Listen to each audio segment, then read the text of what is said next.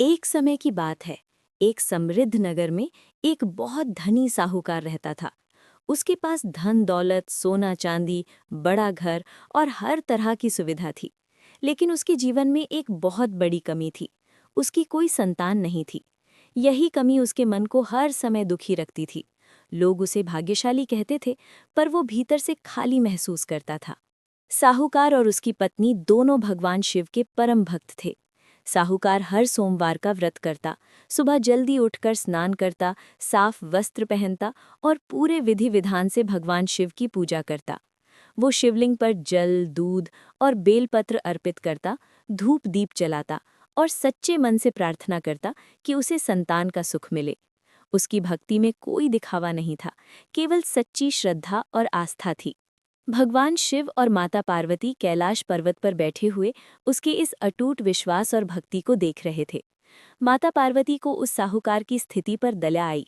उन्होंने भगवान शिव से कहा, स्वामी, ये साहूकार कितनी श्रद्धा से आपकी पूजा करता है। इसके पास सब कुछ होते हुए भी ये संतान के बिना अधूरा है। कृपया इसकी मनोकामना पूर्ण कीजिए। भगवान शिव ने शांत स्वर में उत्तर दिया, देवी, इसके भाग्य में संतान सुख नहीं लिखा है। ये उसके पूर्व जन्म के कर्मों का फल है।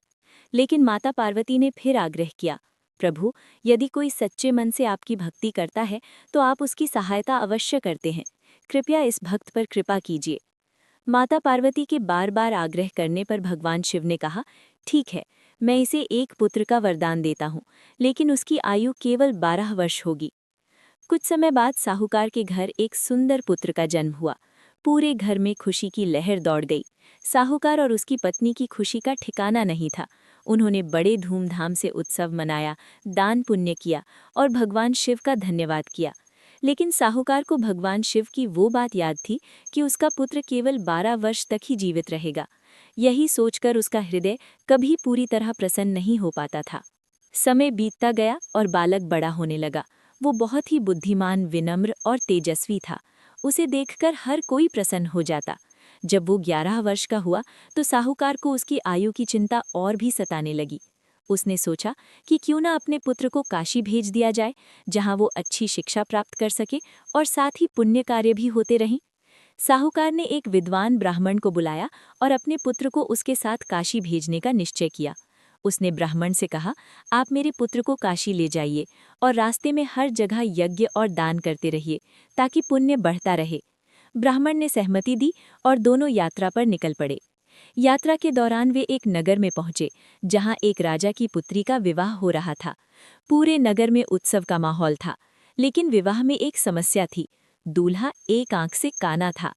राजा नहीं चाहता था कि ये बात किसी को पता चले, इसलिए उसने एक योजना बनाई। उसने साहूकार के सुंदर पुत्र को देखा और सोचा कि क्यों ना उसे ही दूल्हे के स्थान पर बैठा दिया जाए, ताकि विवाह बिना किसी बाधा के संपन्न हो जाए। राजा ने ब्राह्मण से निवेदन किया और कुछ धन देने का वादा किया। परिस्थिति को समझते हुए ब्राह्मण ने सहमति दे दी। साहूकार का पुत्र दूल्हे के रूप में सजा और विवाह की सभी रस्में पूरी हुईं। राजकुमारी भी बहुत सुंदर और गुणी थी। विवाह के बाद जब विदा का समय आया तो साहूकार का पुत्र जाने लगा। जाने से पहले उसने राजकुमारी को सच्चाई बता दी। उसने कहा, मैं असली दूल्हा नहीं हूँ, मुझे केवल एक कारण से यहाँ बैठाया गया था। उसने अपनी पहचान के रूप में एक अंगूठी उसे दी और कहा कि यदि भाग्य ने चाहा तो वे फिर मिलेंगे। ये सुनकर राजकुमारी बहुत दुखी हुई, लेकिन उसने उस अंगूठी को संभाल कर रख लिया।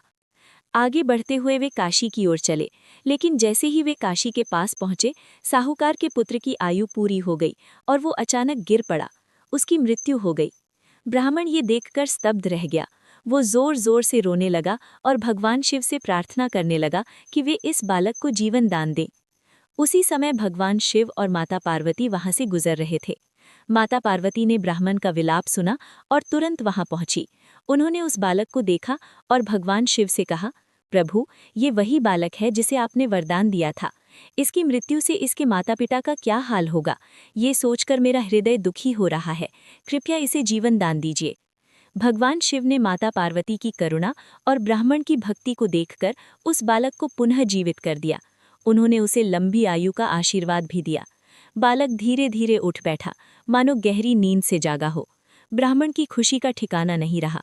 उसने भगवान शिव का धन्यवाद किया और उनकी महिमा का गुणगान किया। इसके बाद बालक ने काशी में अपनी शिक्षा पूरी की और कुछ समय बाद वो ब्राह्मण के साथ अपने नगर लौटने लगा। रास्ते में वही नगर आया जहां उसका विवाह हुआ था। वहां पहुंचकर उसने राजकुमारी को अपनी अंगूठी दिखाई। राजकुमारी उसे देखकर अत्यंत प्रसन्न हुई।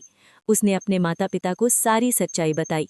राजा ने अपनी गलती को स्वीकार किया और बड़े हर्ष के साथ अपनी पुत्री का विवाह उस बालक के साथ पुनः विधि विधान से करा दिया।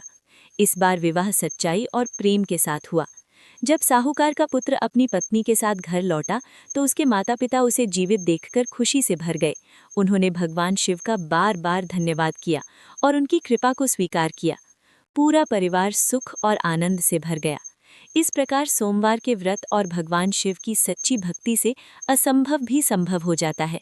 जो व्यक्ति श्रद्धा और विश्वास के साथ सोमवार का व्रत करता है, भगवान शिव उसकी हर मनोकामना पूर्ण करते हैं और उसके जीवन में सुख, शांति और समृद्धि लाते हैं।